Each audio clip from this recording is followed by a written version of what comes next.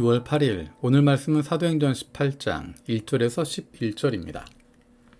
그 뒤에 바울은 아테네를 떠나서 고린도로 갔다. 거기서 그는 본도 태생인 아굴라라는 유대 사람을 만났다. 아굴라는 글라우디오 황제가 모든 유대 사람에게 로마를 떠나라는 칙령을 내렸기 때문에 얼마 전에 그의 아내 브리스길라와 함께 이탈리아에서 온 사람이다. 바울은 그들을 찾아갔는데 생업이 서로 같으므로 바울은 그들 집에 묵으면서 함께 일을 하였다. 그들의 직업은 천막을 만드는 일이었다. 바울은 안식일마다 회당에서 토론을 벌이고 유대 사람과 그리스 사람을 설득하려 하였다. 실라와 디모데가 마케도니아에서 내려온 뒤로는 바울은 오직 말씀을 전하는 일에만 힘을 쓰고 예수가 그리스도이심을 유대 사람들에게 밝혀 증언하였다. 그러나 유대 사람들이 반대하고 비방하므로 바울은 그의 옷에서 먼지를 떨고서 그들에게 말하였다. 여러분이 멸망을 받으면 그것은 오로지 여러분의 책임이지 나의 잘못은 아닙니다. 이제 나는 이방 사람에게로 가겠습니다. 바울은 거기를 떠나서 디디오 유스도라는 사람의 집으로 갔는데 그는 이방 사람으로서 하나님을 공경하는 사람이고 그의 집은 바로 회당 옆에 있었다. 회당장인 그리스보는 그의 온 집안 식구와 함께 주님을 믿는 신자가 되었다. 그리고 고린도 사람 가운데서도 많은 사람이 바울의 말을 듣고서 믿고 세례를 받았다. 그런데 어느 날 밤에 환상 가운데 주님께서 바울에게 말씀하셨다. 무서워하지 말아라. 잠자코 있지 말고 끊임없이 말하여라. 내가 너와 함께 있으니 아무도 너에게 손을 대어 해하지 못할 것이다. 이 도시에는 나의 백성이 많다. 바울은 그들 가운데서 하나님의 말씀을 가르치면서 1년 6개월 동안 머물렀다. 아멘.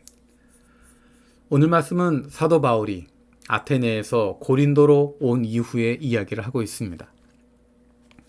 바울이 가는 곳마다 회당에서 말씀을 전하고 유대 사람들과 그리스 사람들에게 예수가 그리스도이심을 증명하고 증언하고 있었습니다.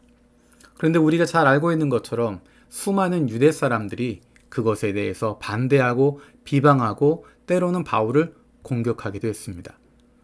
6절에 나와 있는 것처럼 유대 사람들이 반대하고 비방함으로 바울은 그의 옷에서 먼지를 떨고서 그들에게 말하였다. 여러분이 멸망을 받으면 그것은 오로지 여러분의 책임이지 나의 잘못은 아닙니다. 이제 나는 이방 사람에게로 가겠습니다.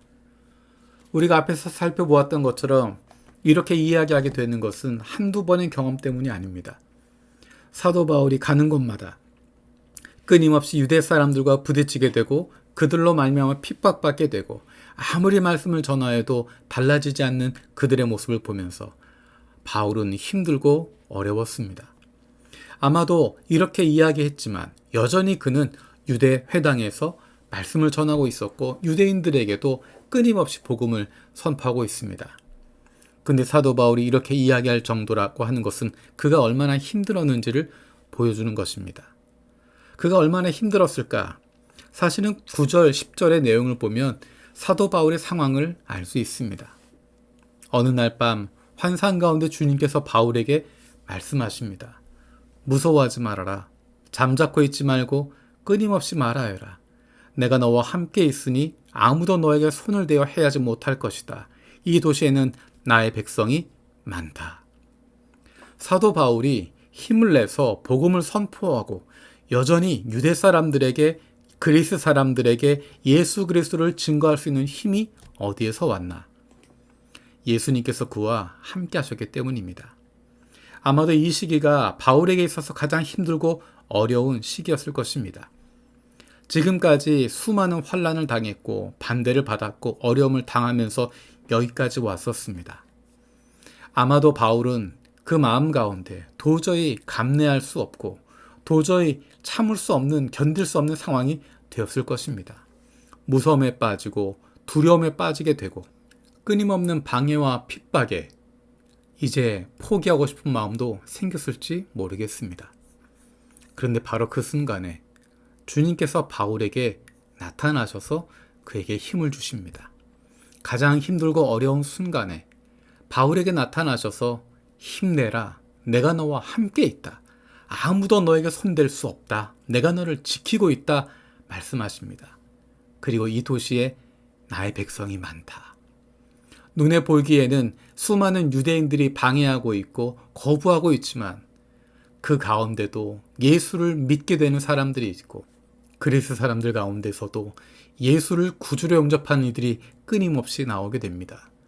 눈으로 보기엔 가능성이 없고 힘들고 안 될 것 같지만 바울 개인의 능력이 아니라 바울을 통해서 역사하시는 성령께서 함께 하시기 때문에 그들의 마음을 움직여 주시고 변화시켜 주시고 주님 앞으로 나오게 만들고 있습니다. 그래서 수많은 사람들이 여전히 예수님을 만나게 되고 수많은 사람들의 변화가 일어나게 됩니다. 어떻게 주님께서 바울에게 그 순간에 나타나셨을까? 사실은 주님께서 늘 그와 함께 하셨기 때문입니다. 바울이 어느 곳에 가든 무엇을 하든 늘 주님께서 그와 함께하고 계셨습니다. 그가 담대하게 외치는 순간에도 그 마음이 힘들어지는 순간에도 주님이 그와 함께하고 계셨습니다. 그리고 바울이 더 이상 견딜 수 없을 때, 감당할 수 없을 때 그의 약함을 아시는 주님께서 바울에게 내가 너와 함께하고 있다. 아무도 너에게 손대지 못하도록 내가 지키겠다. 그리고 이곳에는 너를 통해서 하나님 아버지께로 돌아오게 될 수많은 이들이 있단다. 힘내라. 내가 너와 함께하고 있다. 바울을 격려해 주시고 다시 일으켜 주십니다. 그 성령님께서 저와 여러분과 함께하고 계십니다.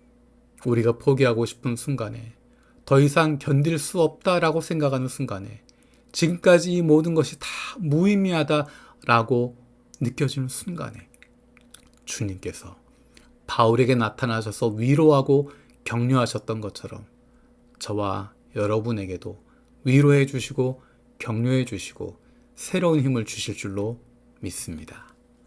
살아계신 아버지 하나님, 바울과 함께 하셨던 주님께서 나와도 함께하여 주옵소서. 우리를 불쌍히 여겨주시고 우리 눈의 눈물을 닦아주시고 주님으로 말미암아 새로운 힘을 얻게 하여 주옵소서. 감사드리고 예수님의 이름으로 기도드립니다. 아멘.